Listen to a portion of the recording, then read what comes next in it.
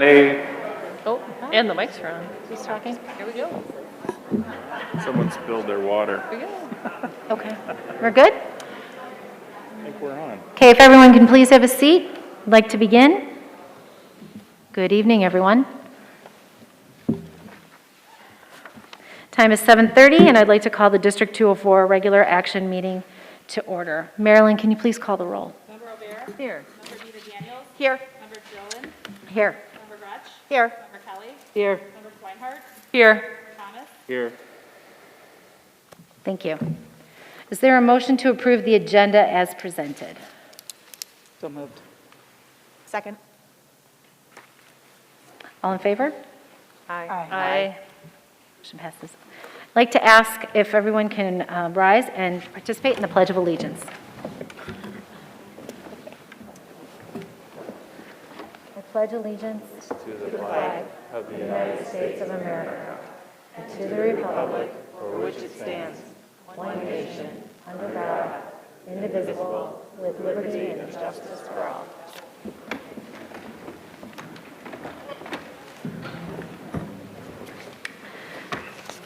We'll begin tonight's meeting with the agenda-related public participation. And Marilyn, do we have any agenda-related comments this evening? We do. Great.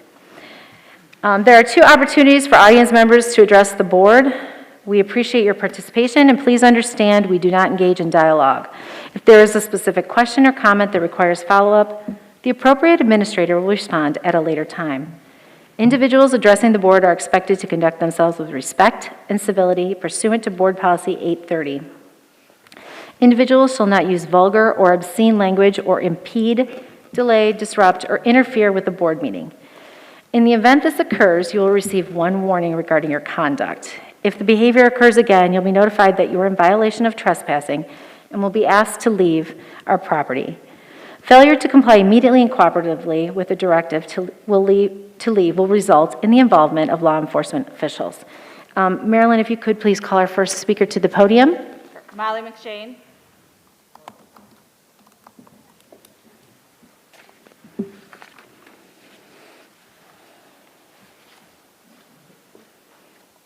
Okay, I guess we can move on to the next.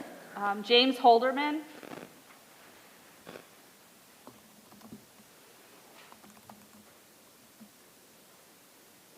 Okay. Next.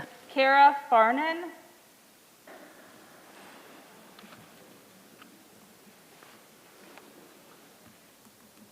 Okay. The next one was asked to be read from Rose Nassif. Just sorry.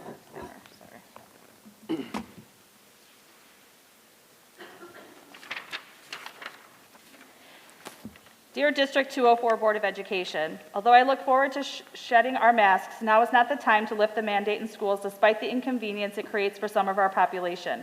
No court is preventing you from keeping this safety measure in place. While the mask mandate will be lifted for some public spaces in Illinois, the Department of Public Health does not recommend removing masks in schools just yet. Schools are different from restaurants, big box stores, and even grocery stores where people have options. Exposure time in these locations is significantly less than in schools. Additionally, visitors can avoid these places and choose to visit at less crowded times. School attendance is mandatory and attendance is not staggered to reduce density in the classrooms and hallways. This is why removing masks is not in alignment with the state of Illinois, which does not recommend removing masks at school. If your data suggests community transmission is low enough to remove masks in school, allow only vaccinated students to do so. Unvaccinated students must wear masks with medical exemptions only. Religious exemptions should not be allowed. Letting unvaccinated people go unmasked is providing them with a free ride. Instead, you should acknowledge that there is always a risk associated with vaccines and let people know that. If they are unwilling to take this risk to protect public health, they must wear a mask. They shouldn't be allowed to do nothing.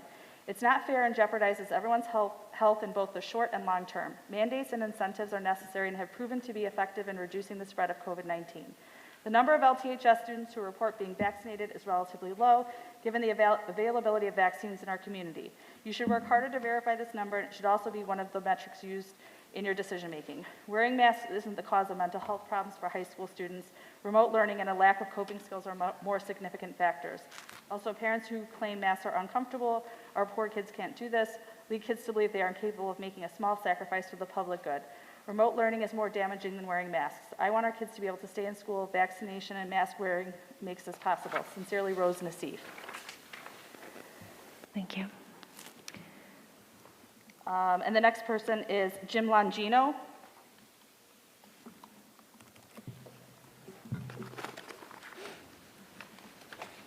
Good evening, thank you.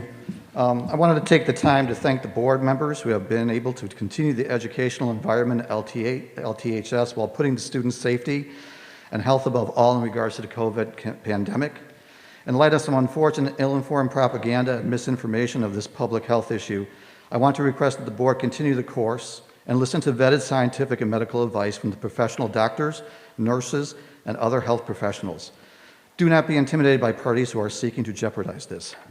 We have successfully utilized vaccination and other mitigation actions that were developed over 231 years ago by even George Washington himself, who quarantined Philadelphia in 1791. Those scientific methods, which have now been built upon over the last centuries, have led to our ability to develop a vaccine, like all other vaccines, that protect people from adverse reactions to this still changing COVID virus. As for remanding the mask requirement in school, I request that we continue to check the local numbers in the communities we serve and that we heed the lessons of Denmark and Israel, who lowered their mandates a month ago and are now seeing another wave of infections. If we follow the protocols and vaccinations like we do for every other communicable disease in our schools, have near 100% vaccination rates amongst our population here, and put in place measures to protect those who can't, we could theoretically loosen the requirements. COVID is nuanced. It's not blue versus red. It's not us versus them. It's not all or nothing, black and white. It's science and protocols that take into consideration the level, complexity, and seriousness of a pandemic. Not magical thinking or switching off a switch will make it go away. Masks and mitigations must still be taken into consideration when needed and when recommended. As responsible citizens, we should be setting an example for our kids, compassion and care with a default to those who are most vulnerable, as well as recognizing what real-world unique circumstances are needed. But making this anti-science or political or defaulting to giving in to the most vocal voices without sound reasoning does nothing to protect the students and teachers. So don't be hasty in lifting due to pressure. Don't be hesitant to reenact mandates in the future when needed. We are supposed to be caring for everyone as a community. The default should be to do the least harm, even if there's a little inconvenience. After all, my parents and their generation sacrificed much more in World War II and when battling polio. This is the least we can do for our kids and village. I will continue to back your stance as long as you continue to stay with public health policies in order to maintain the safety and integrity of our student body, our teachers, staff, and our larger community. I would also like to add, not knowing with the education people outside, that I'd like you to respectfully please resolve the labor issue and give them the well-deserved contract that they should have. Thank you. Thank you. Leslie Mendoza. Leslie Mendoza.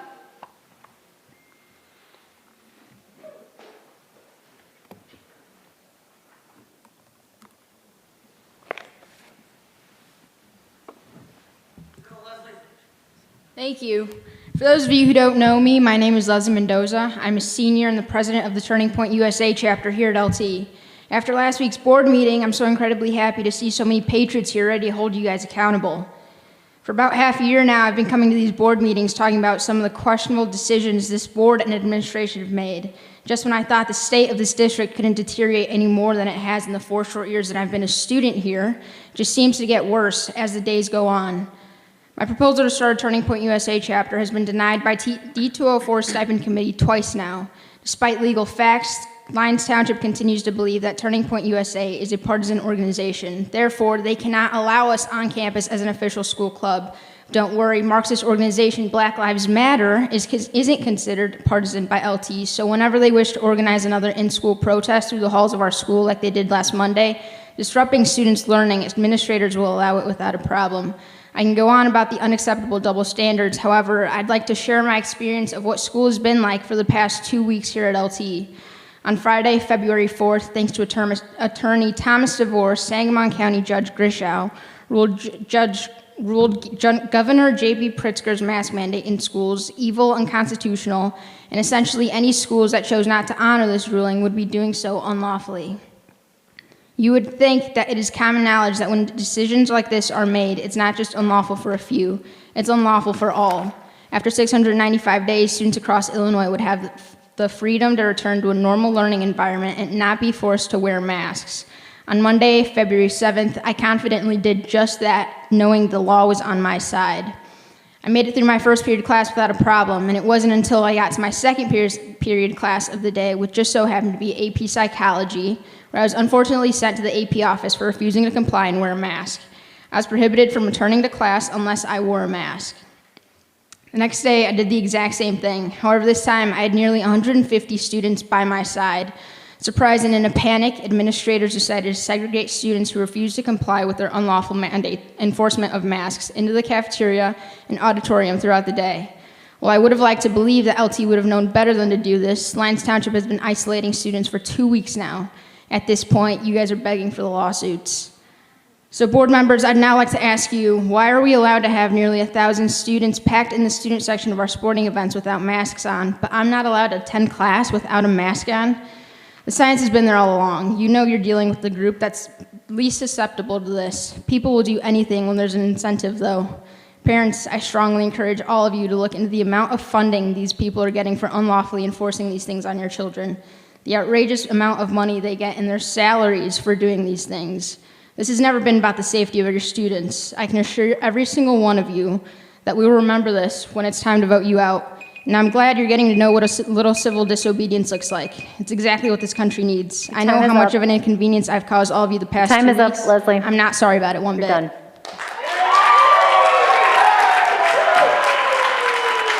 Marilyn, do we have any other comments? Any agenda related?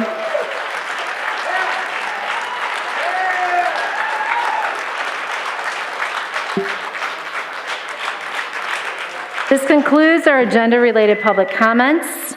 Now we'll hear from LTA President Andrew Johannes.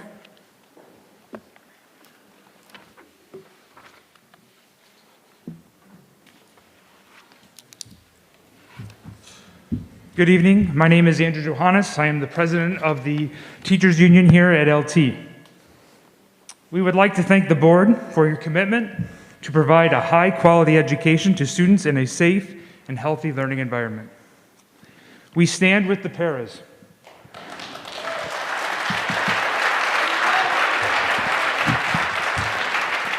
We are pleading for a quick resolution to the contract negotiations. Imagine dealing with all the uncertainty of the recent weeks on top of not having a clear understanding of your work status. We are asking for the two sides to come together to solve this issue.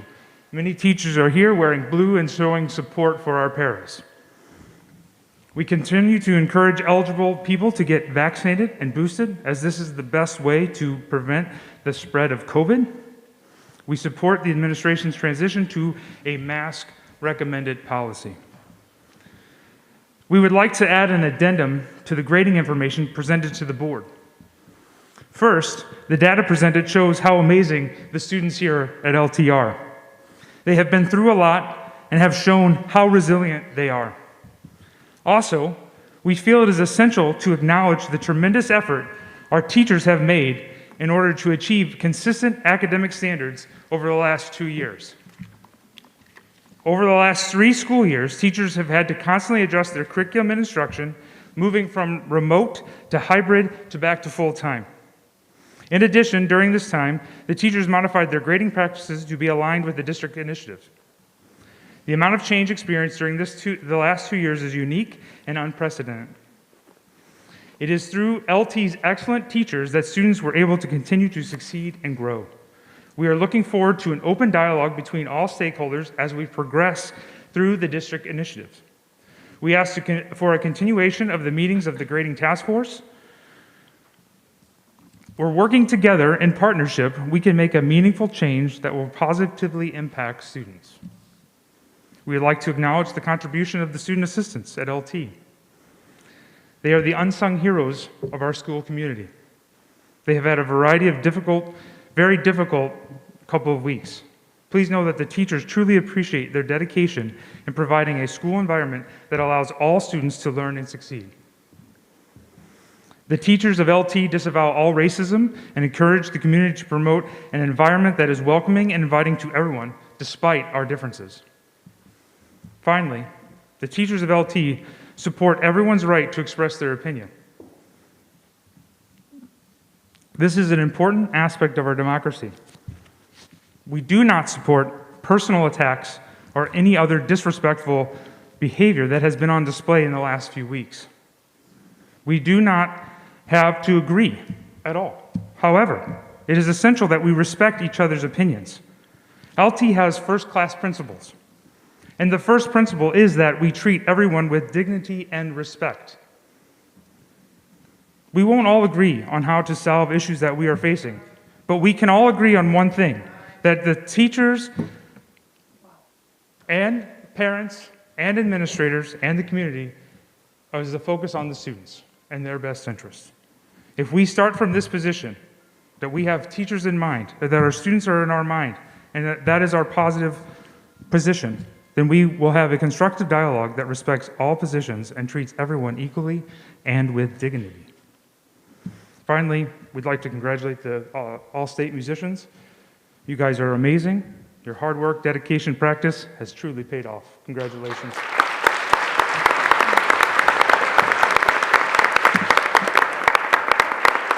Thank you. Good evening. Thanks, Andrew.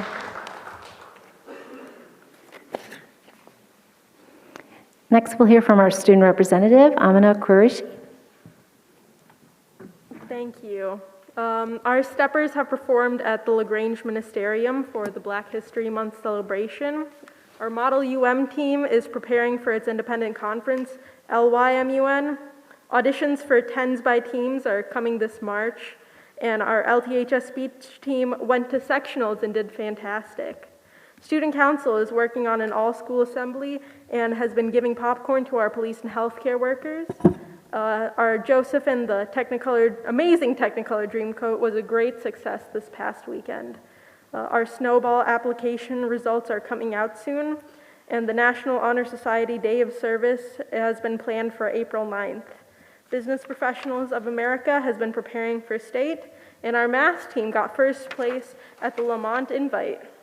As for sports, our spring sports tryouts are starting next week. Many of our winter sports have gone or are competing in state. Boys basketball just did their blackout event this Friday and won. Congratulations to Coach Brian Kopecki on retiring from LT basketball. Our color guards are Tall Flag State Championships, and the competitive cheer team has gone to state for the first time and got in the top 25 teams in state. Our varsity Poms are champions in lyrical dance, and the JV team got 4th place in lyrical dance as well. Our chess team went to state and got 49th place, and their coach, Kevin Bertolotti, is a Coach of the Year finalist.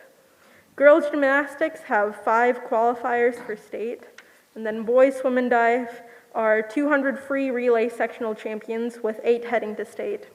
Our boys track are 4x800 winners at the Valentine Relays, and our girls basketballs are regional champs. They just played a few hours ago. Last I saw, 51-33. I have no doubt that they won, though. They won. They won. Confirmed. We have LionCon on the 26th and the 27th from 10 a.m. to 8 p.m. full of board games and Dungeons & Dragons action. 8 students were named winners in the 2022 Highland Park Poetry Contest. Winning poems will be published in the Muses Gallery at www.highlandparkpoetry.org throughout April and May. 8 senior student athletes have signed letters of intent to play their respective sports in college. And of course, congratulations to the February Students of the Month. They were nominated by their teachers and selected by various departments as the most exemplary students in each subject. Thank you. Awesome. Thank you so much. That's great. Next, I think we have our superintendent report. Dr. Waterman. Thank you, President Dillon. I want to begin by recognizing some students who are December graduates from Lyons Township High School. Their names can be found in your packet on page 419. But I want to highlight that each of these students have completed their course of study and all of the graduation requirements at the conclusion of the first semester of the 21-22 school year and deserve this recognition. In addition, all of these students will have the opportunity to participate in this spring's commencement ceremony, so we will invite them back for both commencement and all of the end-of-the-year senior festivities. But just wanted to highlight their accomplishment, their early accomplishment tonight, and they deserve our congratulations, and we celebrate their graduation from Lyons Township High School.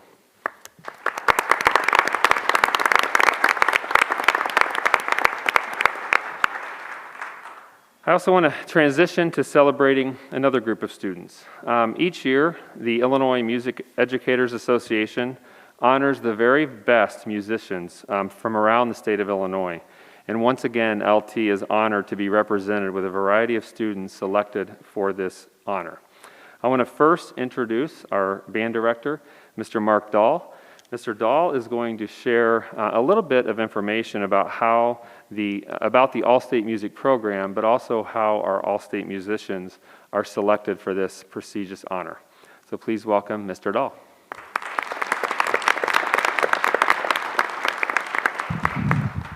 Good evening. Thank you. First, I want to say I've been coming to this meeting for about 18 years to honor the Allstate kids, and I'm so excited to see so many people here to honor those students tonight. That's wonderful. Thank you.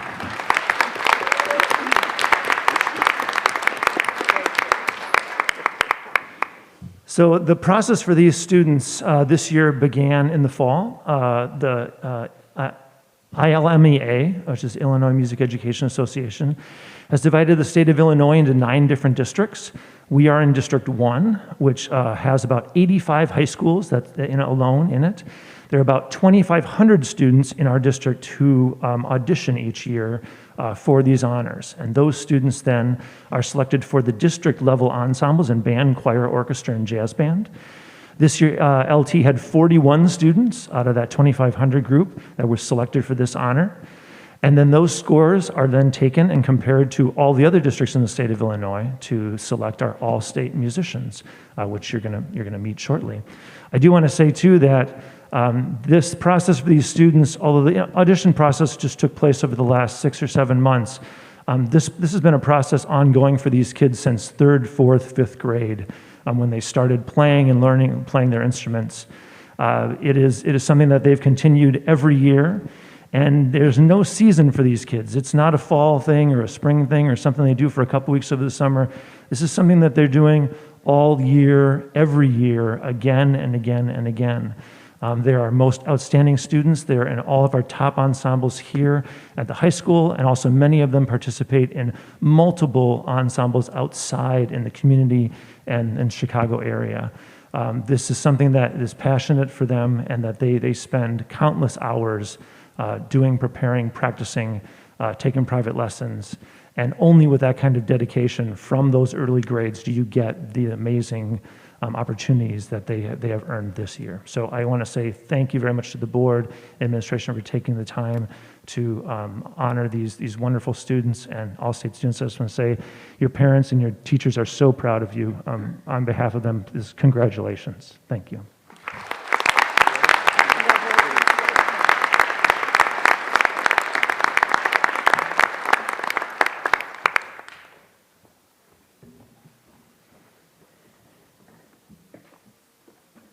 We have some certificates we would like to present to our Allstate musicians. I'm going to call your name. Please come up. Lucas Barnes.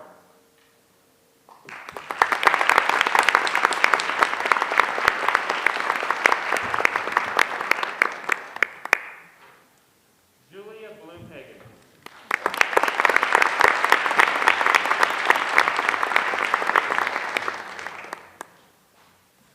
Charles Condon.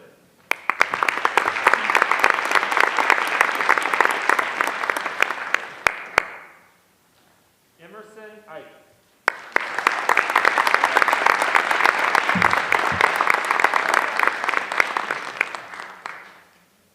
Cassidy Gall.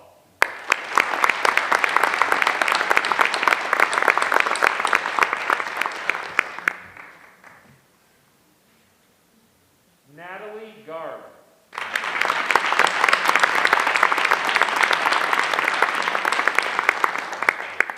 Emmett James.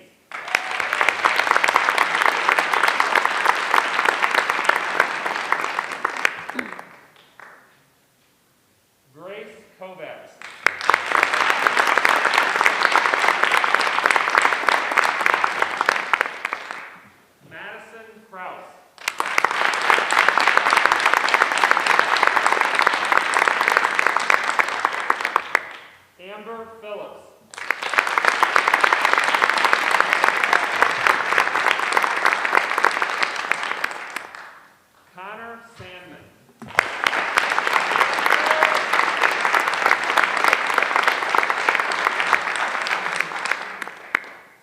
Kai Werlinski.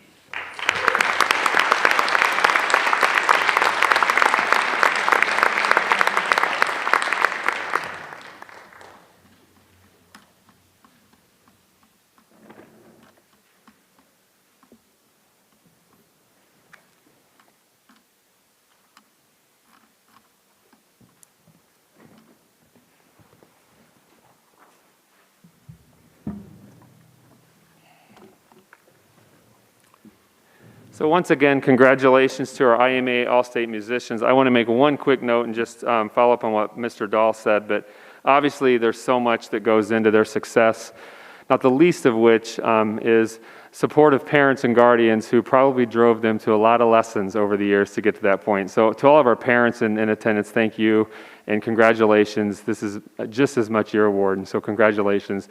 And of course to our music teachers who support them along the way, and to the students, outstanding job. There's nothing that we get more satisfaction out of than recognizing student accomplishments. So congratulations once again.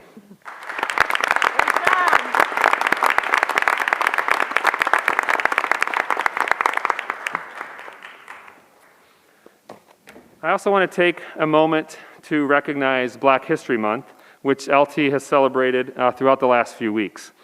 Black History Month is an annual celebration of achievements by African Americans and a time for recognizing their central role in U.S. history.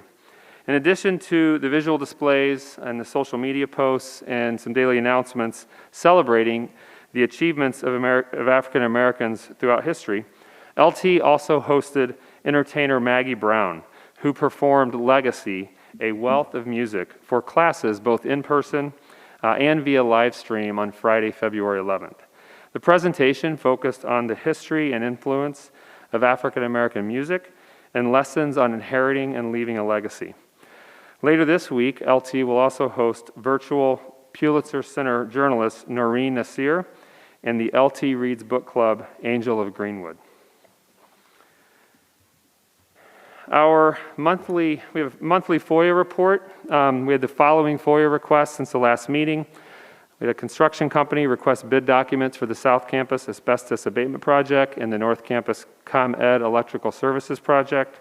We had a parent rights group request information surrounding vaccine clinics and LT's ESSER applications, as well as information regarding Board of Education public comment policy and procedures.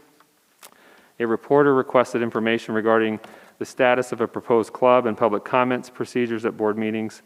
3 citizens requested information on LT surety bonds and insurance documentation. The Paraprofessional Association requested information regarding district health insurance plans, and a parent requested information regarding LTHS COVID numbers and our reopening plan. Before I conclude my superintendent's report, I want to acknowledge the challenges that our school community has encountered throughout the last few weeks. The divisiveness, the disrespect, the racism, the examples of anger in the form of harassment is not what we are accustomed to seeing at LT. And quite frankly, the anger directed towards schools in our country has never been at the level that it is at now. Emotions are raw, people are hurting emotionally, and this negatively impacts every single person. Staff, parents, community members, and of course, most importantly, our students. At the same time, when I reflect on the last few weeks, I see that even in these challenging times, even in these really difficult moments, learning continues. Student engagement with our amazing staff continues.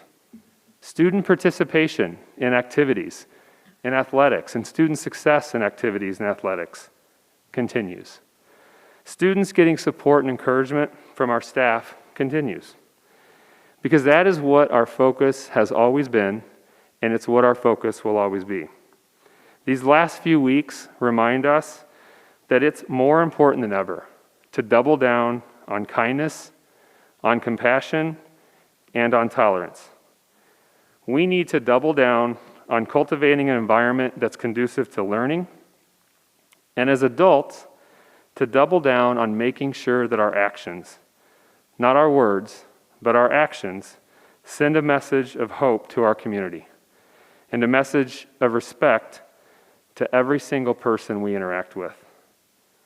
And I know that this community will always choose hope, not because the work ahead is not going to be challenging, but because I simply know what this community is about. And I know we will get through this together. To all of our staff, to our students, to our parents, to our community members who feel that same sense of hope, we see you and we hear you.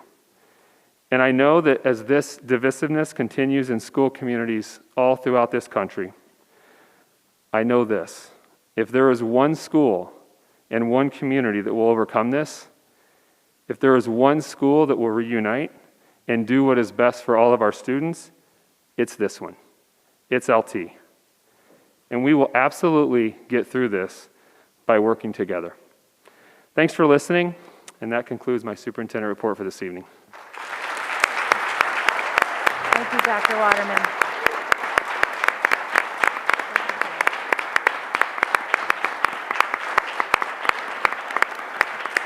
Stand up, please.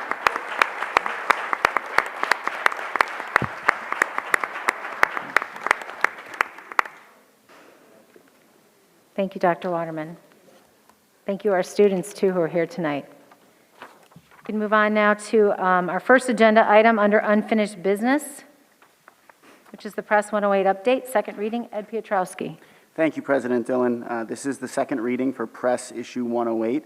We have discussed this and the policies contained within Press 108 at both the January Committee of the Whole, the regular board meeting, as well as the February Committee of the Whole. As you may recall, at the Committee of the Whole meeting last week, we did highlight two policies that we were seeking additional, or had been seeking additional clarification on, Policy 6135 and Policy 660. We addressed those questions with the Board of Education last week. Between last week and now, there have been no changes to the recommendations.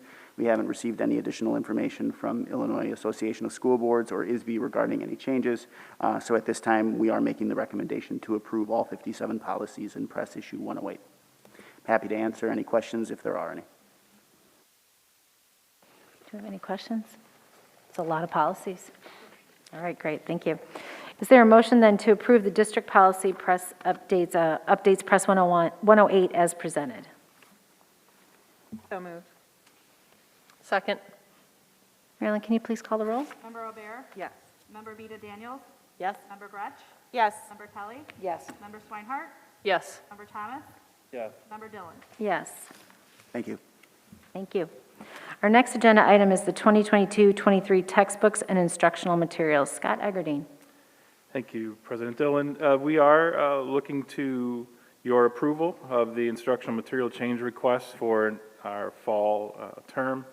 The textbooks have been on display in the boardroom, and we have not only shared the changes last month in a first reading, but also at the Committee of the Whole just this past week. There have been no changes from the first reading to the second, just some basic highlights.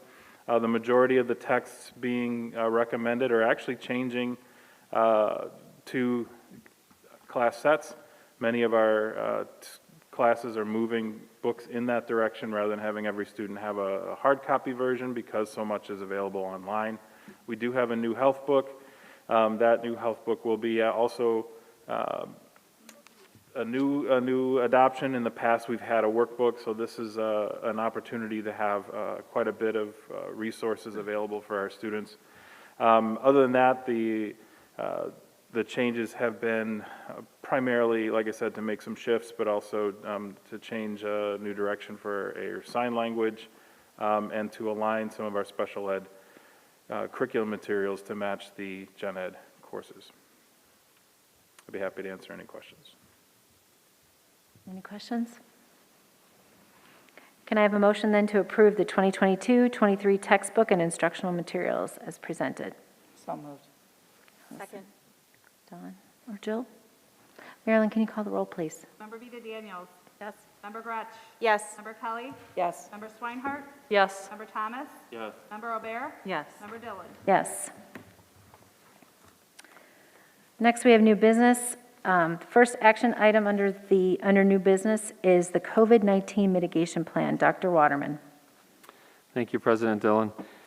So throughout the last couple of weeks, specifically, we've been monitoring the statewide court proceedings and legislative actions related to the Graves Robert versus Pritzker case to determine any potential impact on our COVID-19 mitigation plan, including as it relates to our universal masking requirement. Last Thursday evening, the 4th District Appellate Court dismissed the appeal as moot, which essentially affirmed local control. When combined with the decision by the Joint Committee on Administrative Rules to not extend the Illinois Department of Public Health's emergency rules regarding masking and vaccine and testing requirements in schools, we believed it was important to review and consider updating our COVID-19 mitigation plan as well. Also, throughout the last few weeks, our local metrics related to transmission rate, as well as on-campus cases, as outlined on our dashboard, has continued to decline. And we, of course, always want to maintain focus on doing what we can to ensure in-person learning. So as a result of these recent events and that decline in transmission within our community, I'm recommending an updated COVID-19 mitigation plan that transitions us from universal masking requirement to a mask recommended environment, among a few other changes as well. The recommended effective date for this transition is Monday, February 28th, 2022, pending Board of Education consideration and approval tonight. This February 28th date would put us in alignment with the state of Illinois' decision to lift the indoor mask mandate for most public places. The other significant change in our recommendation tonight is that students identified as close contacts would no longer be excluded from in-person learning.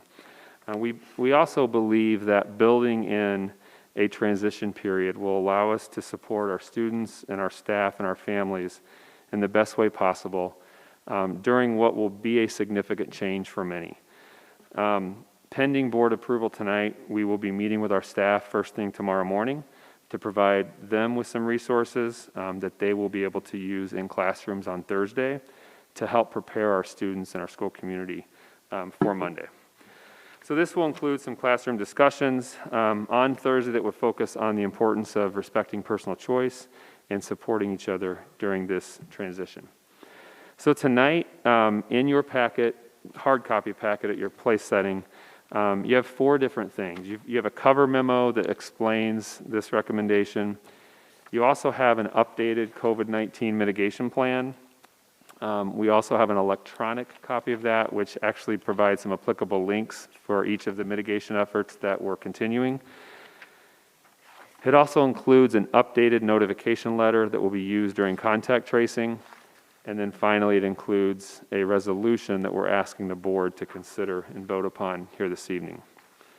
So with that as a backdrop, I would simply like to open this up and see what questions our board has regarding the recommended COVID-19 mitigation plan.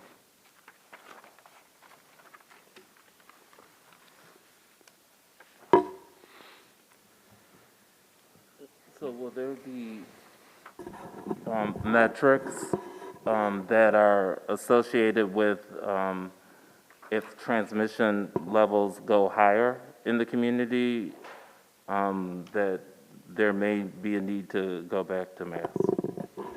Yeah, so the metrics we look at are transmission rate on campus in terms of positive cases, and also the positivity rate and number of new cases on our dashboard. We've not, in this updated plan, we've not tied any future decisions to an exact metric, but we've included in the language that says we will continue to monitor it. And certainly, if we feel like an update is needed in the future due to those metrics, we would be coming back to the board asking for that transition back to a mask requirement. Brian, what accommodations have we made for any immunocompromised students? Leslie, you want to tackle that one? Sure. So our health offices are the point of contact for any student who has documented health concerns and considerations, and so we will continue to work with our school nurses to work with families who have given us that information and to treat each case individually. Certainly, there are a lot of factors involved when somebody has a fragile health condition, and so we will continue to work with families and typically working with outside physicians and other professionals that would help to outline what the student's needs are and then determine what the best course of action to make sure that that student is safe and fully accommodated here at LT. Leslie, would that include such items as like a HEPA filter, an extra sort of filtration system for any classrooms that may have vulnerable students or staff? I don't have specifics on that. I know that when we were looking at mitigation for the building, even back last year, ventilation was looked at and we were comfortable and within the guidelines for having ventilation that was good ventilation within the schools. I don't have any specifics on a accommodations plan that would include a HEPA filter, but certainly, again, we would take every case individually and work with our health office staff and physicians of the students and information from the families to make sure that we could accommodate where necessary. Again, with the priority being in-person instruction wherever possible, we know that's a priority for our students and families, and so we would keep that in mind, but also obviously health and safety. Thank you. Brian, you mentioned, I think, potentially meeting with staff tomorrow, which is Wednesday, and then some student communication in the classrooms on Thursday of this week.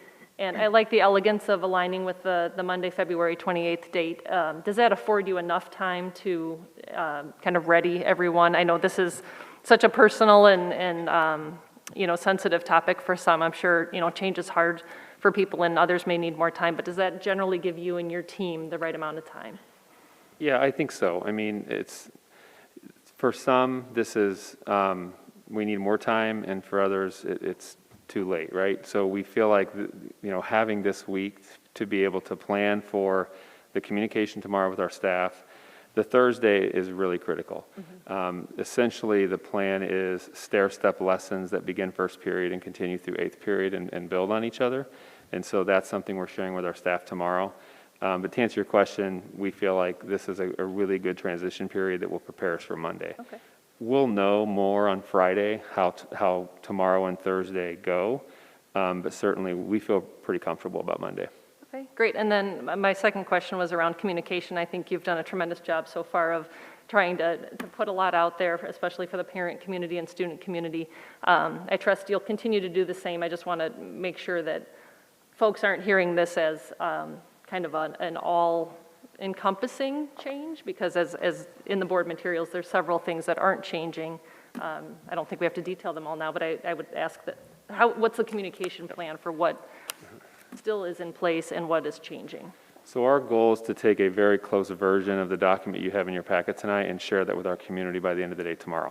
That way, assuming, pending board consideration and approval, we would share that as well as a little more information about the plan for Thursday so that students, parents, and staff know exactly what's happening over the next couple of days.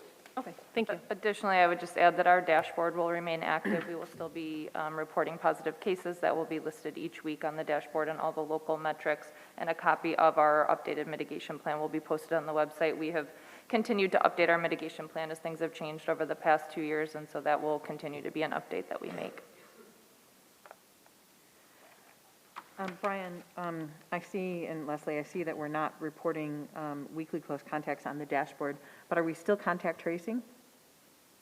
We are going to be contact tracing. It just takes a different form now. With masks in schools, that allowed us to look at close contacts and use a 3 feet distance versus a 6 feet distance, and so there are some changes that removing masks create. Also within the legal decision, the exclusion of close contacts, we're not going to be doing that. Close contacts are defined as those students or staff who are before were not vaccinated, and so we will continue to be alerting students and staff if there are positive cases and making sure that they're aware of what to be monitoring for and the recommendations for testing if you have been exposed, whether vaccinated or not. So we'll continue to be sending, or we'll be sending these notifications it just would become very difficult and inaccurate to be reporting those numbers. And so, again, the notifications will go out. Everyone will be aware that there is a potential exposure, but we just won't be quantifying that in the same way that we have before.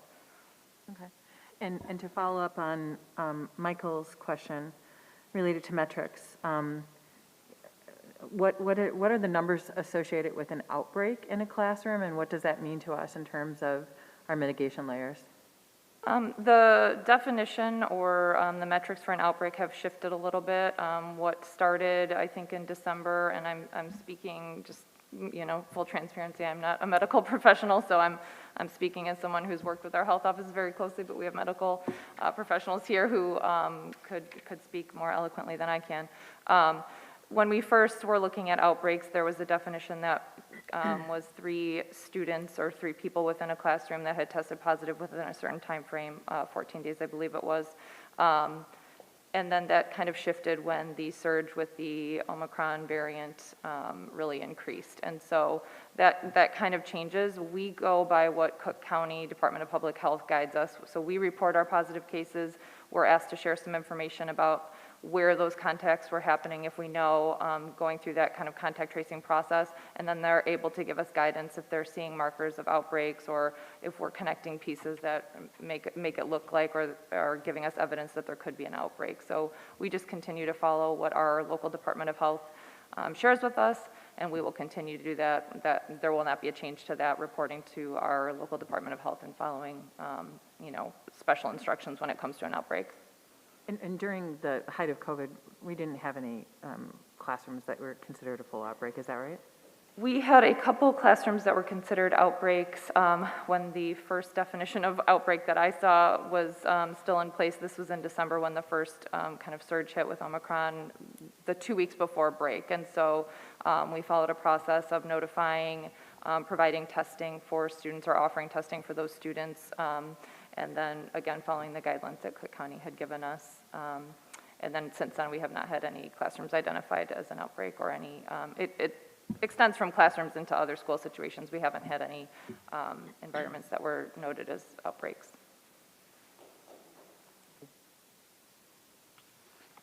So for the letter that you would notify if there had been exposure, how will that go home?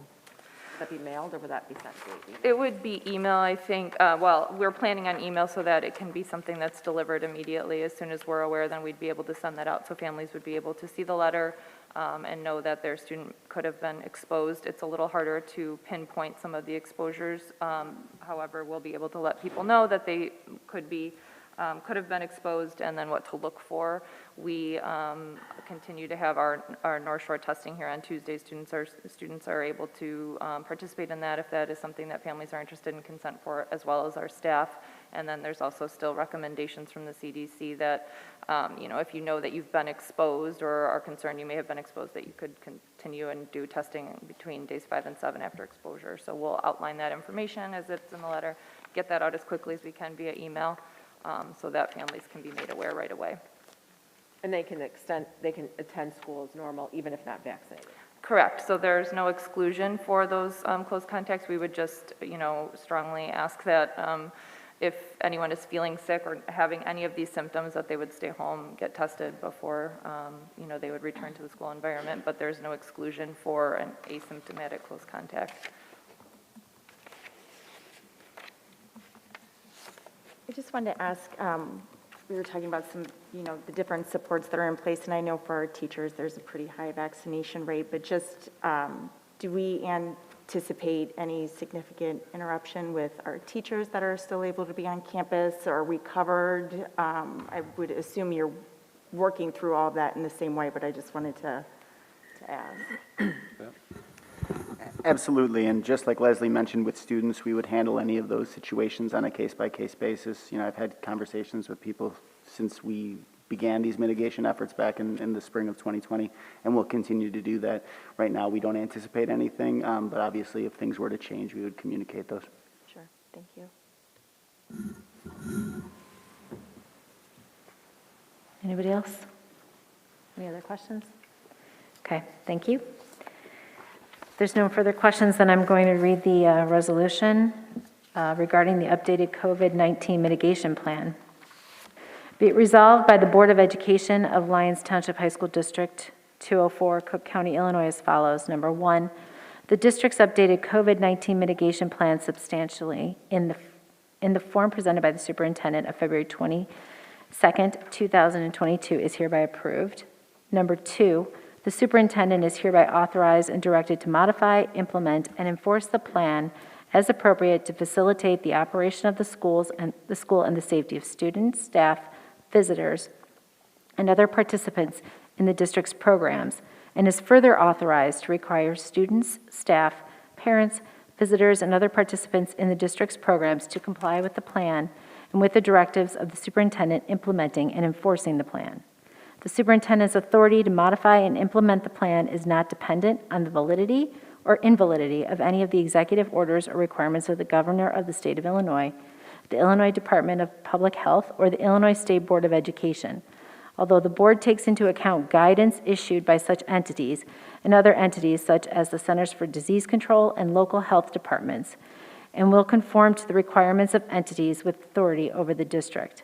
Number three, any substantive changes to the plan shall be made in consultation with the president of the board and then promptly reported to the board, which may affirm, modify, or disapprove of the changes.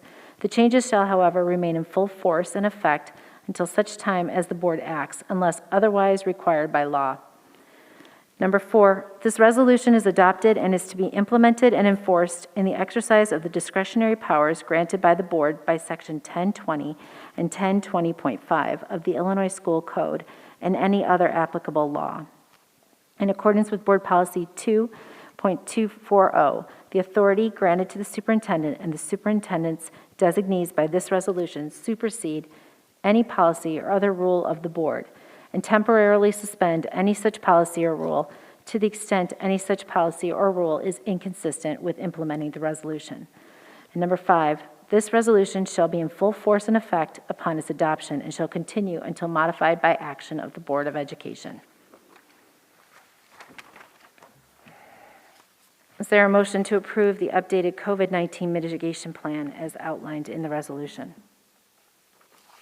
So moved. Second. Julie and Jill. Marilyn, can you please call the roll? Member Gratz? Yes. Member Kelly? Yes. Member Swinehart? Yes. Member Thomas? Yes. Member Aubert? Yes. Member Beta Daniels? Yes. Member Dillon? Yes. Our next agenda item is the 2022 flooring abatement contract. Brian Stachak. Thank you, President Dillon. So we talked about all these next projects at length during the committee of the whole meeting last week. And so, Can you please keep it down? We're conducting business. And so tonight, we would be asking for the Board of Education to approve these contracts that we discussed last week. And so we'll go ahead and get started with the first one. On February 1st, we opened bids for the asbestos removal projects here in the district for this coming summer. And again, as I always like to mention, excuse me, there is no threat of asbestos at this particular time. However, this is part of our routine maintenance and floor removal projects. And so in order to have the flooring removed, we have to have a special contractor to do so. And so we received 7 bids for this project. The low bid was from Kinsale Contracting with an amount of $42,585 in conjunction with our asbestos consulting firm, MMLP.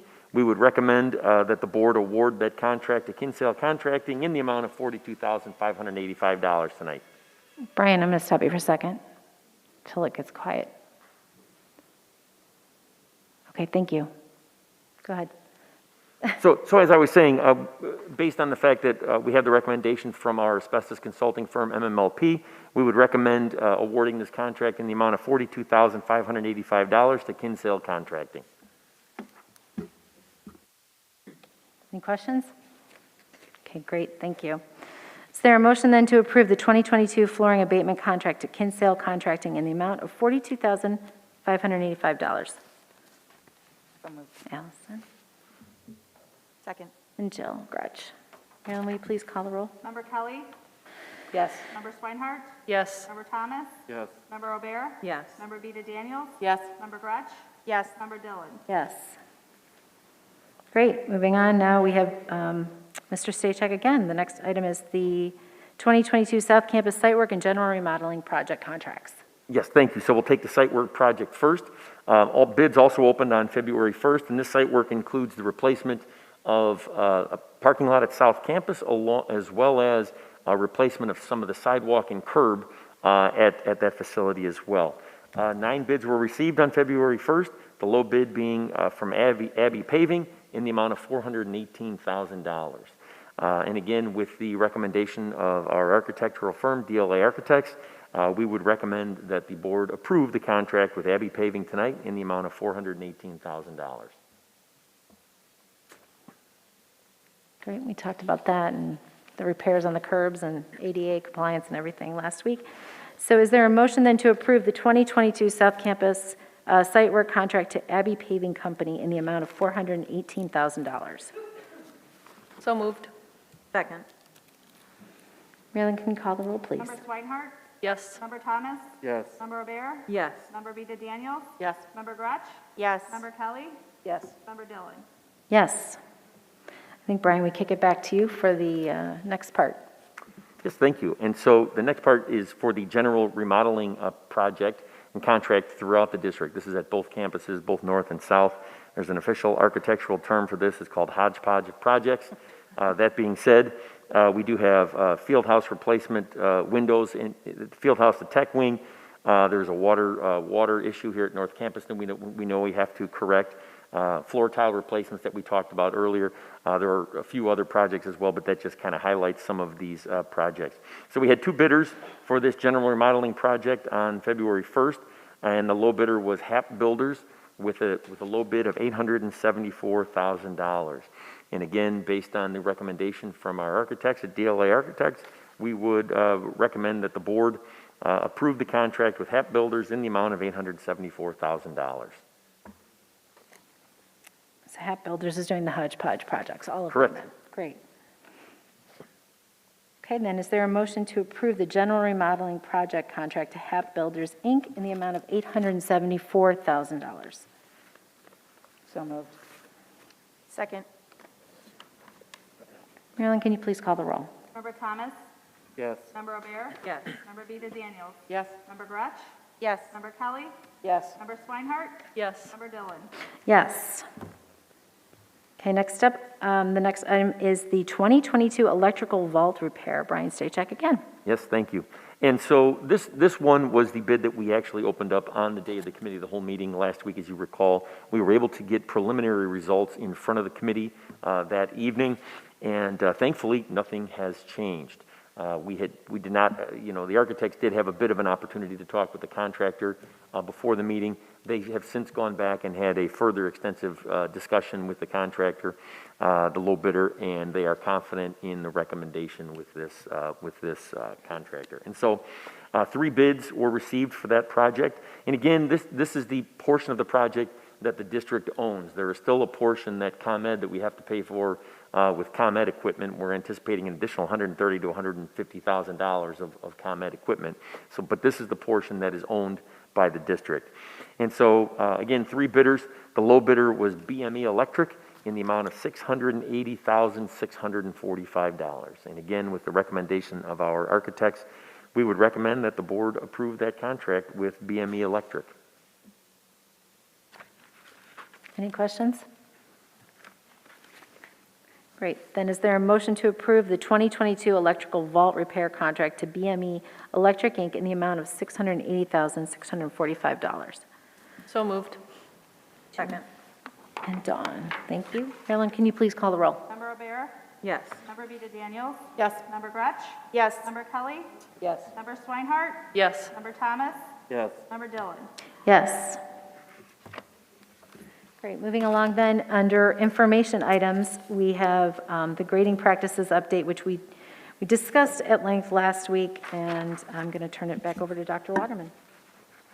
Thank you, President Dillon. So last week, our team presented an informational item on grading practices that included a brief history of the why and the journey that we've been on to address some significant concerns that were communicated prior to 2017. So we're about 4 or 5 years into this. We talked about also some of the recent history from the fall, the feedback that was received and some adjustments that were made in time for the start of second semester. We shared some semester 1 grade data, also some perception data that was collected from the strategic planning environmental scan. And then we shared a teacher testimonial, actually 2 teacher testimonials from one of our course teams that's piloting the A to F grade system. So that presentation obviously is available for any community member who missed it to watch. Go to our Board of Ed website, that link is available. But as a follow-up to last week, I thought what I'd do tonight is just kind of review some of the questions and the follow-up items that we have on our list that we're digging into. And there are really 9 different questions that came up or that we felt came up last week. We talked about does the increase in the number of summatives throughout the semester, either eliminate or minimize the concern regarding the formatives and the retakes. And that's obviously something we won't really know until the end of second semester, but we'll collect that data throughout the semester.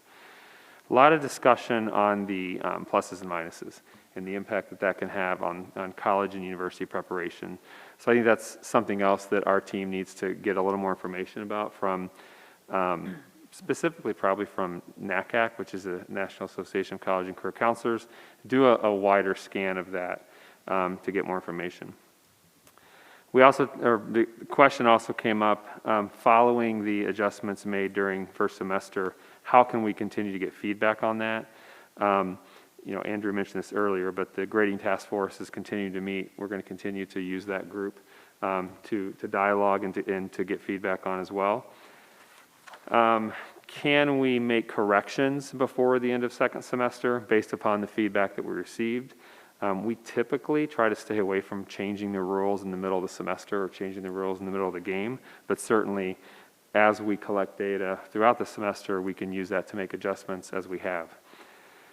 There was another question that came up around, are there specific expectations among course teams for the number of summatives throughout a semester? That's something that our division chairs discuss with teacher teams and course teams at our January 5th Institute Day, and we can share that information, the PD that was provided. There was also a desire to see an example of this within a math course. So, last week we shared an example from special education and AP psychology, and so certainly we can build upon the samples we have long-term as well. I think there's also a desire to collect some quantitative data around the homework completion. And then I think the last thing that came up that we had on our list was the high schools in our surrounding area, high schools in the suburbs are at some point on this journey, whether they're a little bit ahead of where we're at or a little bit behind where we're at. And I think a couple of years ago, we shared that spreadsheet of information that had that. I think that's something we can update this semester and bring back to the board so that you get a better picture of kind of where all of our peer schools are at on this grading journey. So that's kind of the list we had from last week, but I'm really interested in hearing, what are we missing? Is there other information that the board would like to see or other questions that we should be digging into that can help the board? Brian, I had a question. It came up tonight, which was great with Mr. Johannes from the LTEA, and I appreciated the extra note tonight, and then in the notes that we received, coupled with some of the data that Katie shared, just more feedback of how the faculty's fielding overall. I know we heard a couple of testimonials, but I think, the successful implementation long-term, it has been a lot of work, as he mentioned. If there's a way to just get some check-in and some feedback on that, I think that would be really helpful for us to kind of understand that fuller picture. Yep, can definitely get that as well. Thank you. Yep. Yeah, Jill, I would echo that a little, and I just wanted to ask, this grading task force, is it representative? And if a teacher is not, on the task force, is there a way for them to have a voice, either through their representative or in some other format? Mm-hmm. Scott, you want to talk about the makeup of that and meeting Sure. structure? We do have a representative from each division, so they are essentially the conduit for their own division. We also have the president of the Faculty Association on that as well. Everyone is more than welcome to share their views and opinions, and we've also surveyed and sent information out and collected information back over the last 4 years that we've been in existence. Great, thank you. I think there was one more thing too, Brian, that we had talked about, which was getting that kind of bigger picture about how our policy impacts our students once they leave here and go on to college. We talked about getting a little bit broader scope, or did you say that? Yeah, that was the plus minus Got it, impact yeah. on college and Exactly. universities and Yeah, getting a how much this bigger impacts picture of us. that. Perfect, thank you. What other? And one thing that was mentioned at the, on the LTE notes this last meeting was something about that the data didn't include the number of kids that were dropping classes to avoid a grade, or how that was looking, and I'm guessing we have that data. Yeah, we have the data that we can pull on that, so we'll want to make sure that that's quantitative and not perception data, but yeah, we can pull that.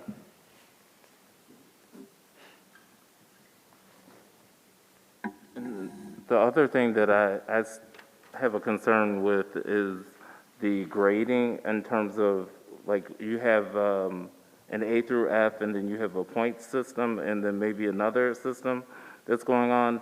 To me, that doesn't seem consistent with what you were moving towards to be consistent, to have those three operating in the same across different disciplines. And so I'd like to kind of understand how that's working and why we are doing it that way. Yep, that's information we can bring back. I mean, there's obviously a balance between moving forward and doing it in a way that, as we talked about last week, the A to F system and Andrew talked on this, we talked about last week, it requires a tremendous amount of effort on teachers and work on teachers. And so the teams that have went forward with that have invested a ton of time. And so we want to be very conscious of that effort that's required and not move too quickly, not require it, but really go at the pace where teacher teams are interested in exploring that. And so that certainly creates an inconsistency, because you have some teams on a point system and some teams on an A to F, but certainly long term, we want to move towards the A to F system, but we don't want to do it too quickly, because we know the time and the effort that's involved in making that switch. But in the interim, you're absolutely right. It creates a little bit of inconsistency from course, not from teacher to teacher, but from course team to course team. But we can certainly, I think that's going to be a significant part of our future discussions on this, because as we go more towards that, that's information we're going to have to bring back to the board. Right, but then also too, I think we also, in Scott's presentation last week too, he mentioned that looking at, possibly different report cards in the future, and the way that it was seemingly explained, it almost seems like you're moving to standards-based grading without saying standards-based grading. Well, at this point, our courses are not set up to measure standards, so we can't grade standards-based grading. We're focused on skills and outcomes, which, again, it would be a good thing to add in any future conversation, just to explain where we are in that process. Yep.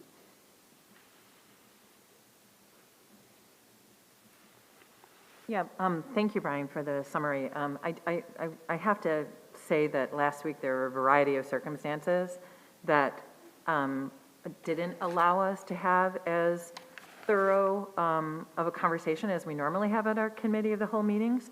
And I was, some of those variables were out of our control due to the tone and some of the environmental things that were happening during our meeting. But other things, didn't leave us in the position to really dig in deep about this, as we have done in many other topics when we meet for committee of the whole meetings. I also want to point out that this really is that was the first time that grading had appeared on a committee of the whole agenda since this new board was seated. So it was the first time that 5 of us, or 4 of us, because probably Michael, you were probably around for some of it, really would have had the opportunity to ask questions and to go a little bit deeper on the matter. So I'm still feeling like that really wasn't the case. We were given data that we didn't really have the opportunity to dig in about as a board. And that board discussion is part of the reason that we gather as a board, that we're a board of 7 plus the superintendent and plus the team.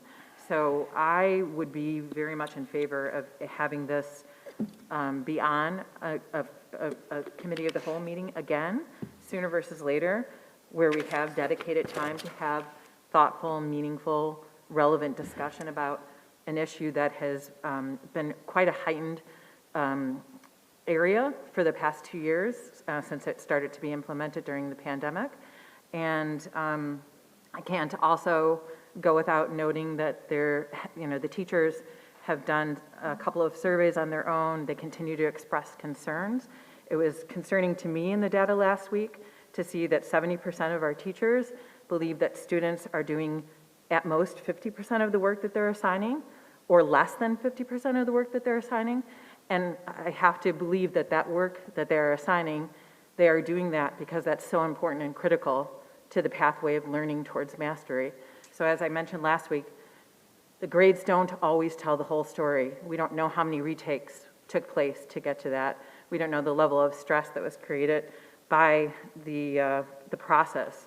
And I just think that this potentially is having a bigger impact on our students than we might be solving for things. And some of the things that we probably set out to make solutions for perhaps could have been put in place without other aspects. So these are some of the questions that I think we want to have an opportunity to dig in and make sure that we really understand it, because all of us have the same goal in mind, and that is to make sure that what our students are experiencing here is the best, highest quality educational and experience that they can have to take with them to whatever their next steps are. And for all those reasons, I would really urge, and I'd love to hear from the other board members, how you all feel, but I would really like to see this on a committee of the whole meeting, without too much time distance between tonight and that meeting, even if we have to call a special meeting. Just a quick note on that, Dawn. So I would say not one of the most requested piece of data from first semester was end of semester grade data. So that's exactly why we felt that was the most important data to look at. I didn't understand, was what, Brian? The end of semester grade data. So the most requested piece of data in November and December, especially feedback from the community, was this is having a negative impact on our students. And so we felt really strongly about collecting that data and bringing it back to the board last week. So I think to your point, though, we have a really good list of information and questions we need to answer.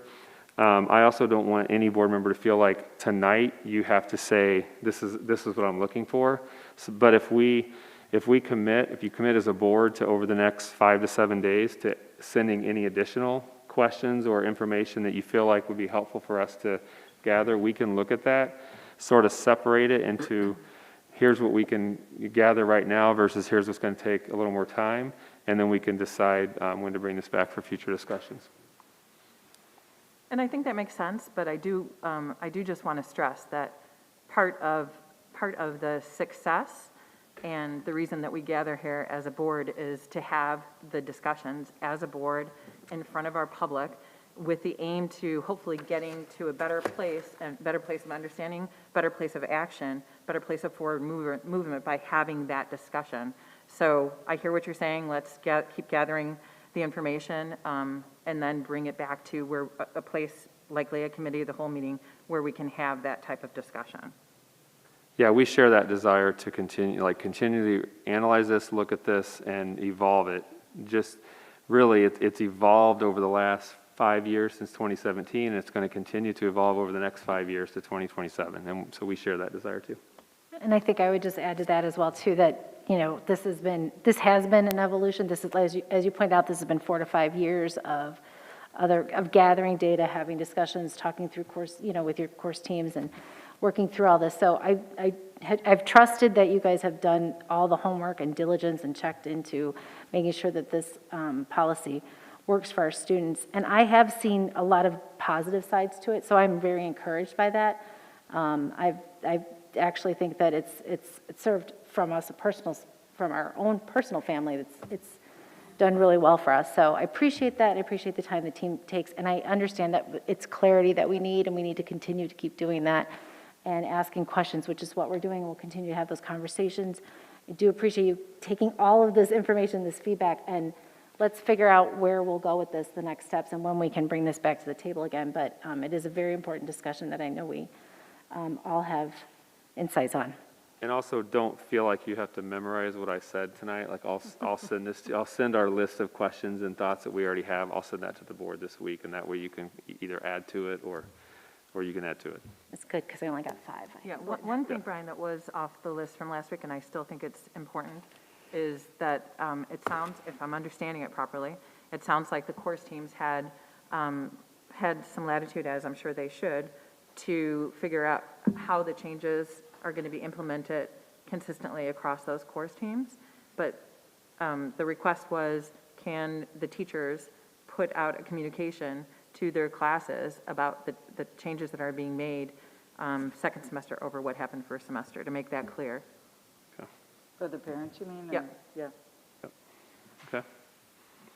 I have to reiterate what Dawn said on the, I would love to, we do have a list of, those questions that, Brian, you have talked about, and I know we're going to have more, and I would love to have that discussion and have that, and I would like to kind of commit to having it on, whether it's a curriculum meeting or a committee on the whole, and know that that's coming so that we can kind of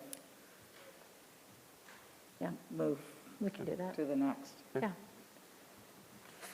We'll look to I do would that for add March. I would add my name to the list of people who would love to have that conversation and get all the answers to the questions and come back and be able to have that conversation together. I think it would be really helpful. Okay. Yeah, we'll want to, like we do any presentation, we'll want to streamline what we talk about, because right now, we have a list of 16 different things, so we'll want to, and we can do this as a working together, decide what topics are the top, 2 or 3, so that can happen. But that's work we can do over the next week. Great. To identify that list. Let's do that then, yeah. Okay, the next item we have under information is the implementation of the co-teaching pilot. And we talked about that last week, Leslie, so if you just want to give us a little summary recap. Yes, I was able to share with the board the plan for the implementation of co-teaching at our freshman level next year in English and in our world history courses. That plan is on track to continue proceeding as outlined. This week specifically, our registration process is finishing. Counselors are cleaning up registration, making sure everyone's classes are entered in accurately, and our IEP transition meetings for our 8th graders coming in are finished up. So we're just gathering all the numbers to get those, the hard numbers in terms of how many students would be enrolled. So everything is on schedule. Just as a follow-up to Member Daniel's question last week regarding our EL students, I talked with Karen Reno and just clarified that when we were talking about EL students being enrolled or placed into a co-taught class, we were talking about those students who are dually enrolled or dually identified as special education and EL students. So for each of those students, there's a team that includes the student's IEP team as well as their school counselor as well as an EL representative to determine which,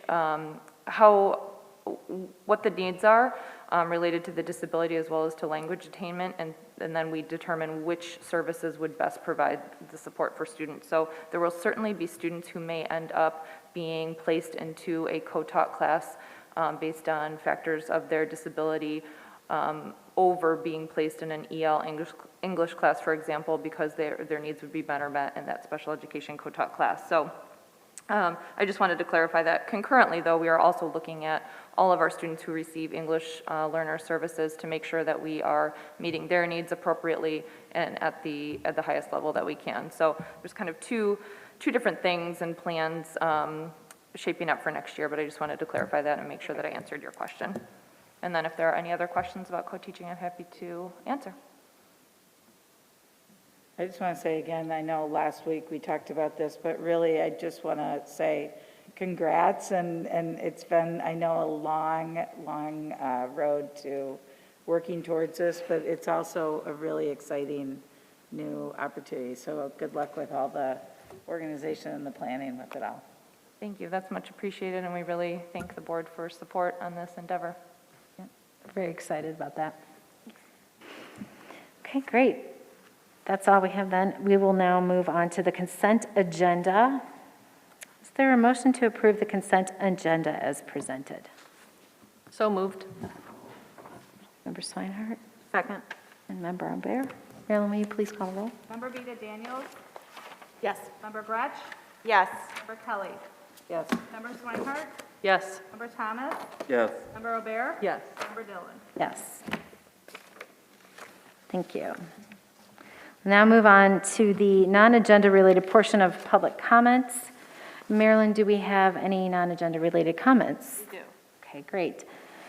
As I mentioned before, there are two opportunities for audience members to address the Board of Ed. We appreciate your participation, but please understand we do not engage in dialogue. If there is a specific question or comment that requires follow-up, the appropriate administrator will respond at a later time. Individuals addressing the board are expected to conduct themselves with respect and civility pursuant to Board Policy 830. Individuals will not use vulgar or obscene language or impede, delay, disrupt, or interfere with the board meeting. In the event this occurs, you will receive one warning regarding your conduct. If the behavior occurs again, you will be notified that you are in violation of trespassing and will be asked to leave our property. Failure to comply immediately and cooperatively with a directive to leave will result in the involvement of law enforcement officials. When you come to the podium, just please state your name again. Marilyn, will you please call our first speaker? Lisa Hammond.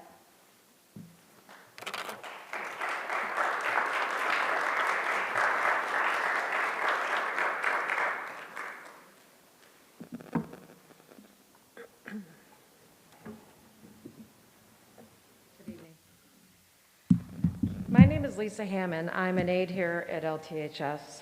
I've lived in LaGrange for 25 years. I have 3 daughters that attended Ogden, Park, and LT. They're all doing very well. Thank you.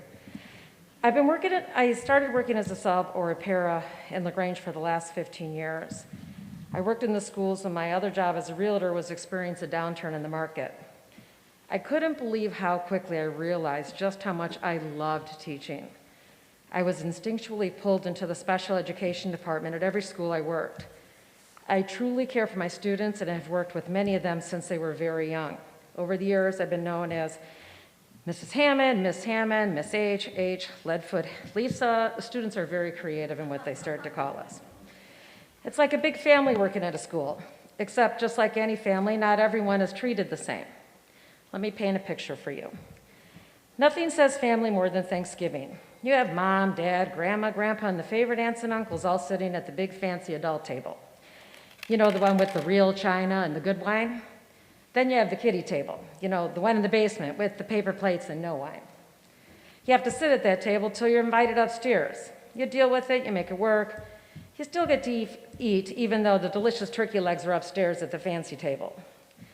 Then comes our favorite part of Thanksgiving, the pie. Everyone, regardless of what table you're at or how full you are, gets excited for the pie. At LT, the pie serving starts at the adult table. There are pieces for mom and dad and the aunts and uncles, and even a decent piece of pie for the custodians. You get where I'm going here? What we do get downstairs at the kiddie para table, we get the crumbs. No pie for us, just the crumbs, an afterthought. People ask why we stay as paras for the crumbs for so many years. Is it comfort? Is it the fact that we bond with our students? Is it that we truly care about their well-being? Is it that we enjoy our coworkers? I don't know. Maybe all the above, certainly for me. What I can tell you is this. We no longer accept the crumbs. We refuse to sit at the kiddie table anymore. We want some of the good wine. We want just one of the turkey legs. We want you to make room for us at the adult table. We want you to care for our special ed students as much as we do. When you don't care about the paras, what you are saying is you don't care about our special education students. You are saying that LT does not care what caliber of aides work with our most vulnerable students. We paras can no longer stay because we are comfortable. We can no longer stay when other school districts welcome paras to the adult table. I promise you that you get what you pay for. I'm going to leave you with this. This is going to be a little harsh. But you've been ignoring our contract through delays and excuses for a year. This lack of respect is beyond reprehensible.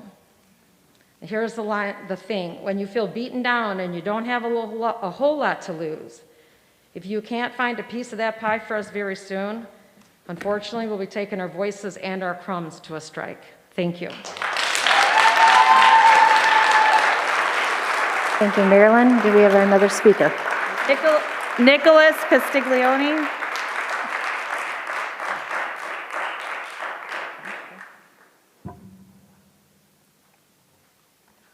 Marilyn, can you say the name again?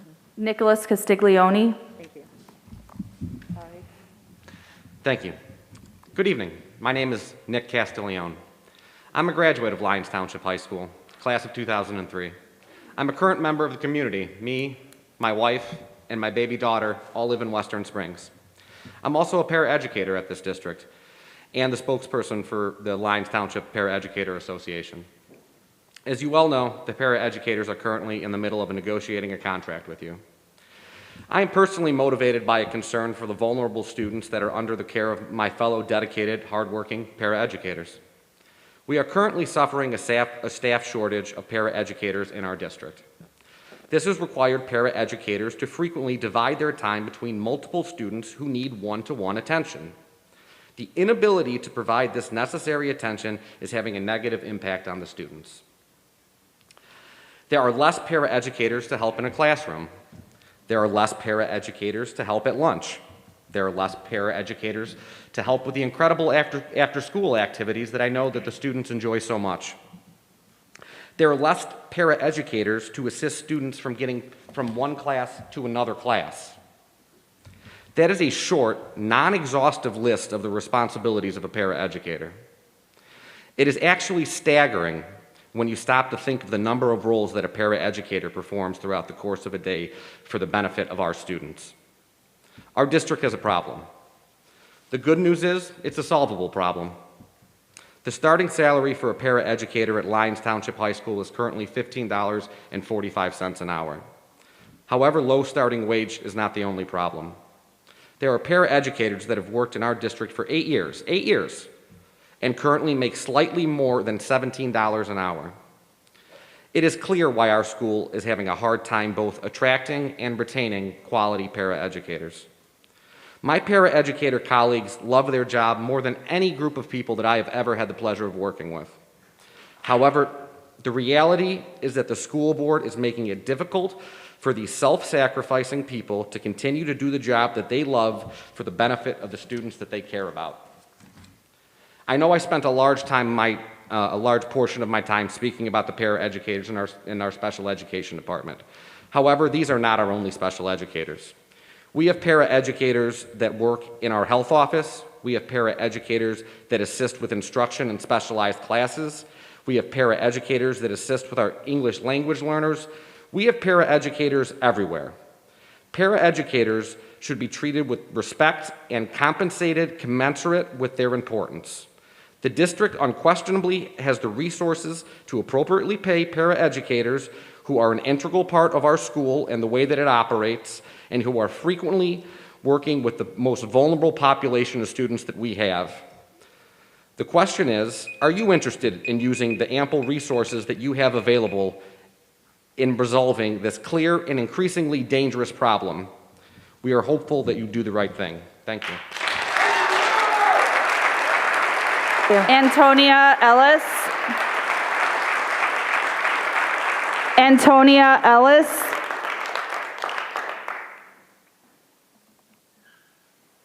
Nancy Bramson.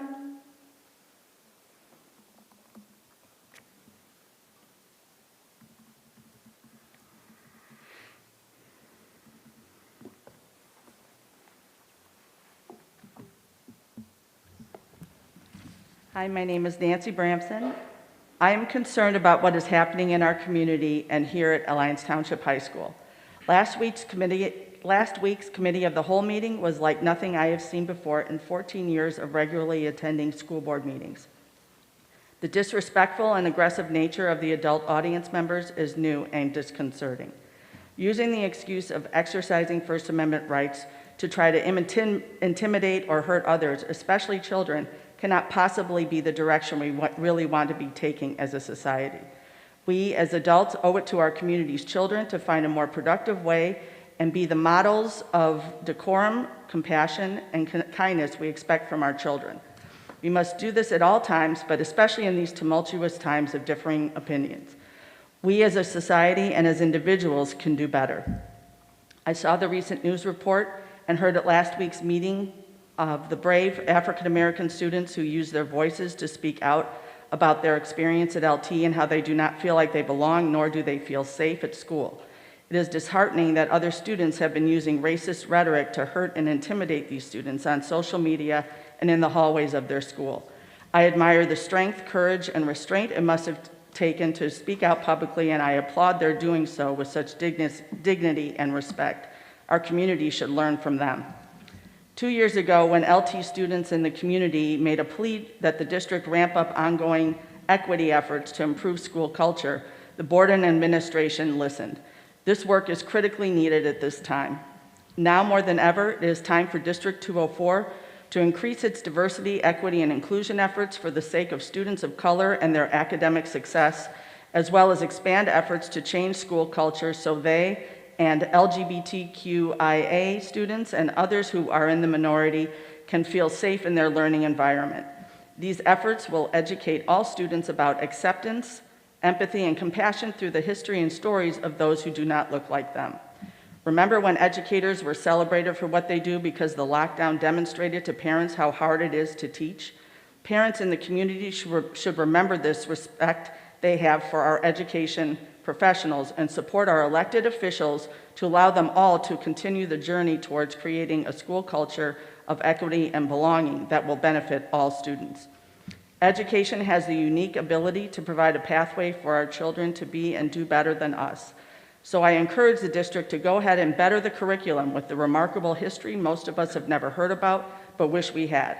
Pump compassion into the classroom so hearing the experiences of fellow classmates will soften perceptions. Cram the hallways with positive messages of hope for all of these kids and their future because they will need it to change their communities and the world. Thank you. Marlena Waigaki. Marlena Waigaki.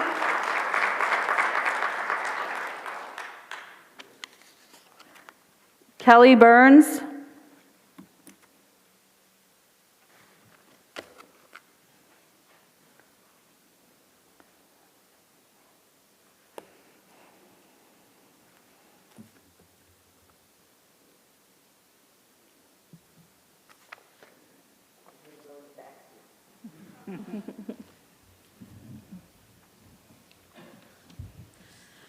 Hi, my name is Kelly Burns, and I'm a resident of about 20 years for LaGrange Park. I have a sophomore at South Campus and an incoming freshman in the fall. She's very excited. And I'm here to respectfully address the board regarding the para positions, their federal poverty wages, and their lack of a contract. I am the new science para at the South Campus. And I'm sure that the board has heard from other paras detailing their vital roles that they play in the lives of their students. But I'm here to tell you a different tale on how the science para plays a vital role in the lives of the teachers within the science department and all of the students that come through the biology and chemistry classrooms. On a daily basis, I dilute 12 molar hydrochloric acid to 0.1 molar hydrochloric acid safely. I have to know how to safely handle and dispose of lead nitrate. I have to understand why nitric acid cannot be stored with other acids, or it could cause an explosion in the school. I need to understand how distributing 528 pigs along with dissection tools can be done safely within 13 biology rooms. I offer ideas for fixing up the biology courtyard with native species of plants and make connections with some of those AP environmental teachers with the Morton Arboretum to bring some of those plants there. I have created DNA strands for cellular mitosis labs. I've inventoried multiple areas, making sure that I can only order what is absolutely necessary to save money in the school's budget. I do monthly safety checks in 15 different South Campus science rooms, and I have been building a rapport with 20 different teachers and try to daily anticipate their needs. I get their lab set up to each teacher's specifications so that they can focus their energy on giving 100% of their attention to their students. I could go on with my daily tasks and monthly needs, And this is just for South Campus. Unfortunately, North Campus has been without a science para. I'm a local resident for almost 20 years, and having a background in biology, chemistry, and field research, as well as teaching, I found myself with a little extra time on my hands and thought in this COVID era I could help out our school district and our teachers and our students. So I decided to take on the federal poverty wage and work for South Campus to try and help out the teachers and make them less stressed out.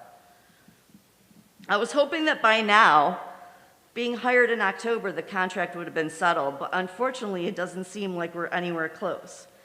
I've been speaking with other science friends that would have been interested in the science para job at North Campus, but they kept coming back to the fact that the poverty pay rate is the main reason why they would not apply.